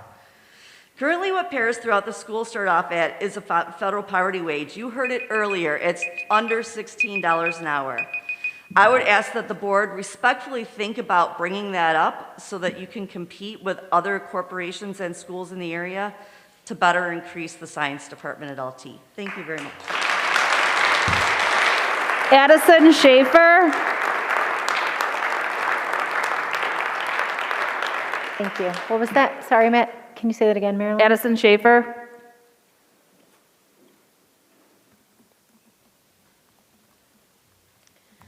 Okay. Hey, I respect all of you and your guys' jobs, but we have a few issues. So let's start with the masks. We could have went optional a week ago, 2 weeks ago, but you all said no. I believe you said the 28th we will go mask optional, so what's up with that? All of a sudden, COVID is gone on the 28th? Why couldn't it have been gone on the 17th when the ruling came out? You were taking away my right to education. You still keep me in a room away from masked students like I'm a danger to them. If you had decided to keep masks on kids, what are you going to do? Keep me and any other student in a room for not listening to your policies? A majority of schools around us have went optional, 82% to be specific. So I hope LTHS sticks with it, or you'll see me here again, and I bet a lot of angry parents. Another topic I'd like to address that is being so prioritized by LT is racism. Last meeting, a sophomore at LT said, racism is the real epidemic. I'd like to backtrack. The comments have been going both ways, but LT has only focused on the comments made by white students toward the black community. You guys are prioritizing equality, but it's only going one way. Lastly, I hope you really listen to what I had to say, and I hope you guys give a chance for all parents who are wanting to express their feelings toward any topic tonight and forward, and not abruptly get up and leave. Thank you. Marilyn, do we have Lindsay Dillon. Lindsay Dillon. Jane Yount.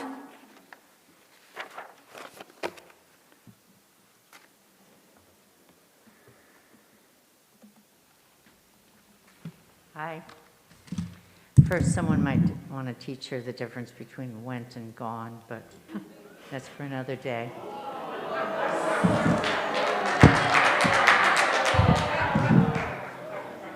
Hi. My name is Jane Taff-Yount, and I have... Quiet down, please.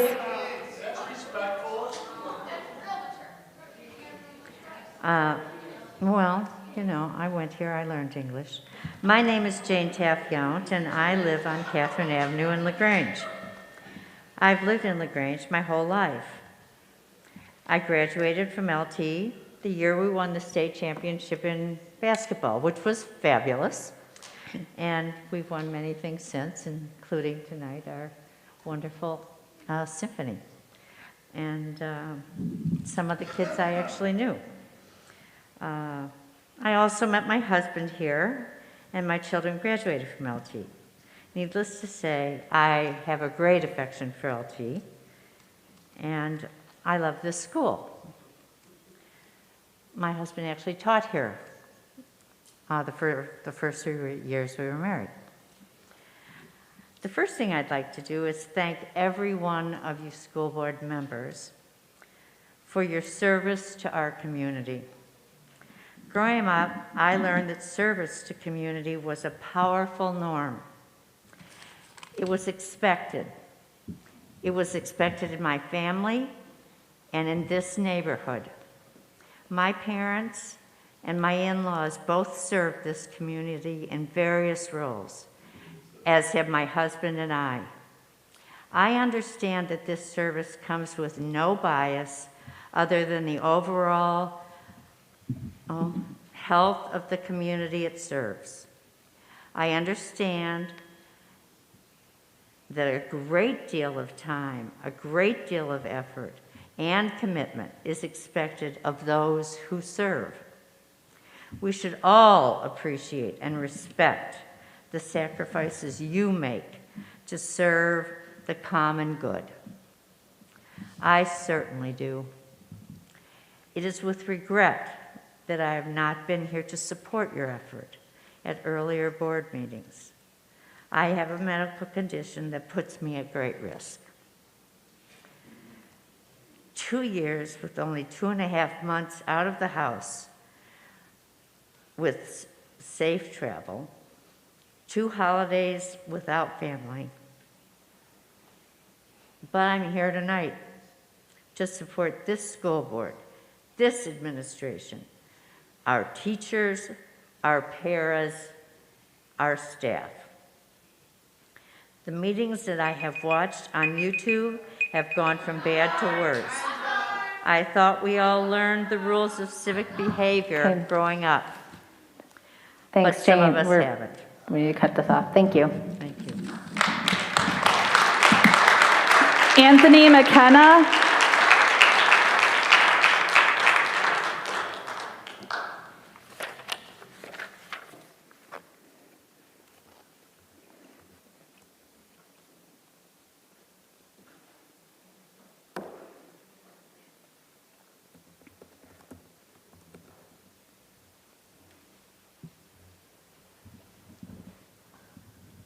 Thank you. Good evening, and thank you for allowing me to be here to speak to you tonight. Just want to say thank you to the board, and thank you to all the teachers, faculty, and staff here. You have my 100% support. Really appreciate what you do every day and the commitment you have, because you play a significant role in shaping and helping our children grow and learn to be productive citizens and what we're going to do for the rest of our lives in the world. Last 2 years have been very tough on a lot of people. I want to appreciate, just simply all the things you've done to make this community stronger, as well as make it easier for our students every day to just get what they need to be lifelong learners, all in all. There's a lot of thoughts here, a lot of emotions flying around, but I just want to say, stay inspired, stay strong. There's a lot of people here that are supporting you and making sure that you have all of the tools and all the things you need to be successful to make your students grow and learn. Just keep on doing the work that you're doing. Don't be discouraged. Don't be demoralized. Don't be, keep up with the good work. A little bit of what I did before, just looking at some of the things on the website, there's a tab on there, and it's about that first class principles. And just to brush up before coming here, I think it's really about making sure that we trust each other and respect each other with dignity. Number 2 is, keep the school clean and safe, and I think that has a lot of meaning all over the place. As well, we want to be able to solve problems together and to think, to stop, to think, and then, discuss those things peacefully, as well as just, fitting our language to the, actions and the audience and the environment is important. I think that's critical to tonight as well. But also be accountable and be responsible for your actions. We all have common goals here, and I think there's more that unites us than divides us. And I think we should look at those things as well. Just stay strong. You're all doing a great job. Thank you very much, faculty and staff, students, families, parents. Thank you for all to allow me to address the board tonight, and go LT. Thank you. Annette Quick. Annette Quick.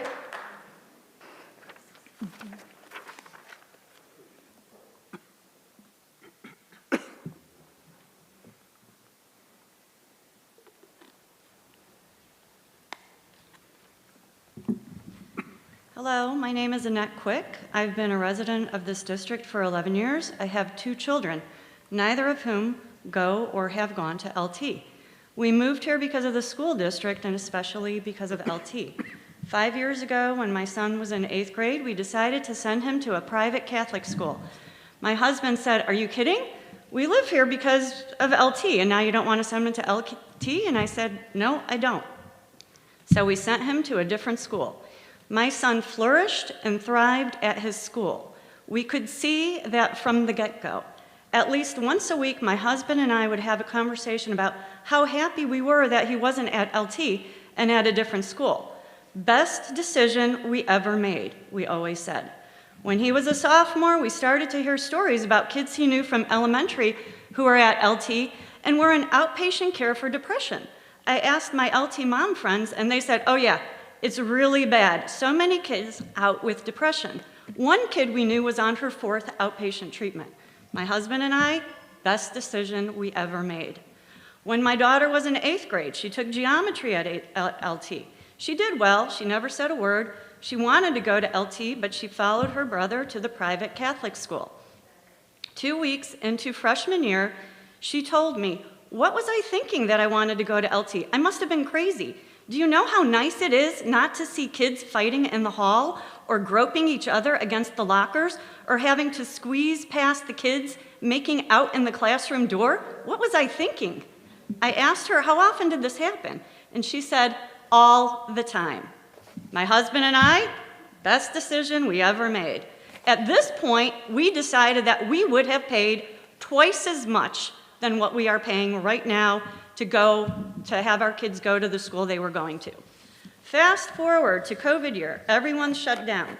School starts up again in fall 2020, and my kids go every other day in person. LT is all remote. My kids had 2 days of synchronous learning, and after the first day, my son told me how much he hated it. I told him, "Be grateful you go where you go, because your friends at LT do this every day." He said, "Now I know why they all hate school and are depressed. They are not learning anything this way."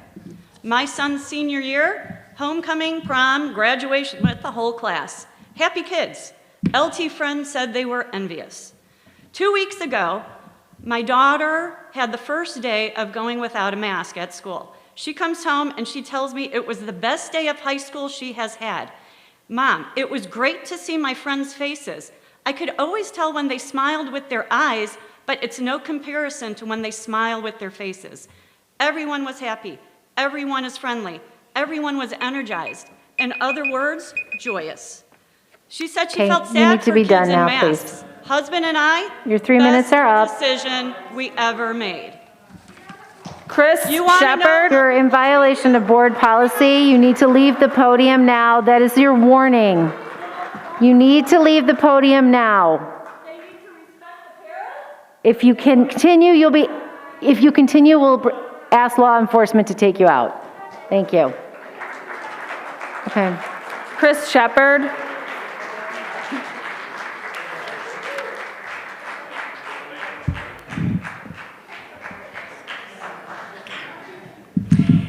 So as a parent of 2 LT students who have benefited immensely from paraeducators' presence in their classrooms, I wanted to show my support tonight for those paras and appeal to the board to show them respect by coming to contract agreement and equitable payment for their work.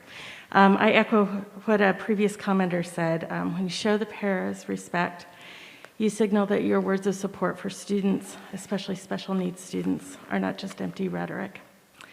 I would love to have my 15-year-old son here to talk about how much he loves his paras and how much they help him and his teachers every day. But I think any of these paras who know my son, Camden Morris,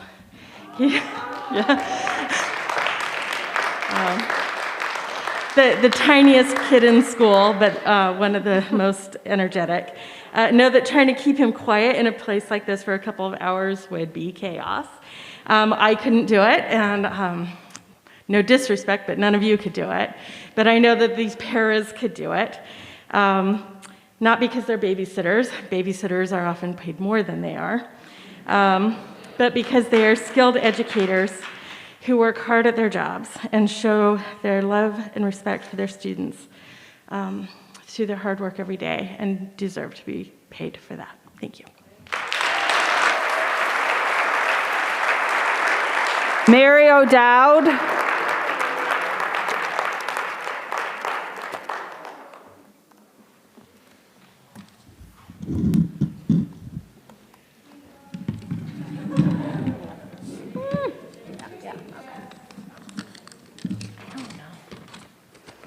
Good evening. Mary O'Dowd, LT Class of 1980, resident of Darien. Thank you all for your service, and thank you for allowing me to speak. A recent article in the LaGrange Patch stated that LT has again rejected official club status for a local branch of Turning Point USA, a conservative group. The article further noted that this means the chapter must pay $36 an hour to use a room at LT for meetings. So much for equity for all students here at LT. So much for District 204 being inclusive of conservative students, for making them feel as if they too belong. Well, to Club President Leslie Mendoza and the rest of the Turning Point USA team here at LT, I'm sad that my alma mater continues to refuse to recognize you, but please know that I recognize you. I thank you for standing up for liberty. I salute you, and I'd like to support your club. Now, I do not have the financial resources of someone like George Soros. I do not have the financial resources of donors to LT like the Marxist Zinn Education Project, and I do not have the financial resources of Black Lives Matter, but I do have $36, and I'm going to give this to the school board, to give to the treasurer, to pay for 1 hour of your rent here at LT. Now, this is not a donation, this is an investment in the future of this great nation, a nation in which I hope one day there will truly be liberty and justice for all. Thank you again for letting me speak. Jeff Kay, last one. Yeah, we're around 30 minutes, I think, Marilyn. Is this the last one? It is How the many? last one. How many more? This is the last one. Jeff Kay. All right.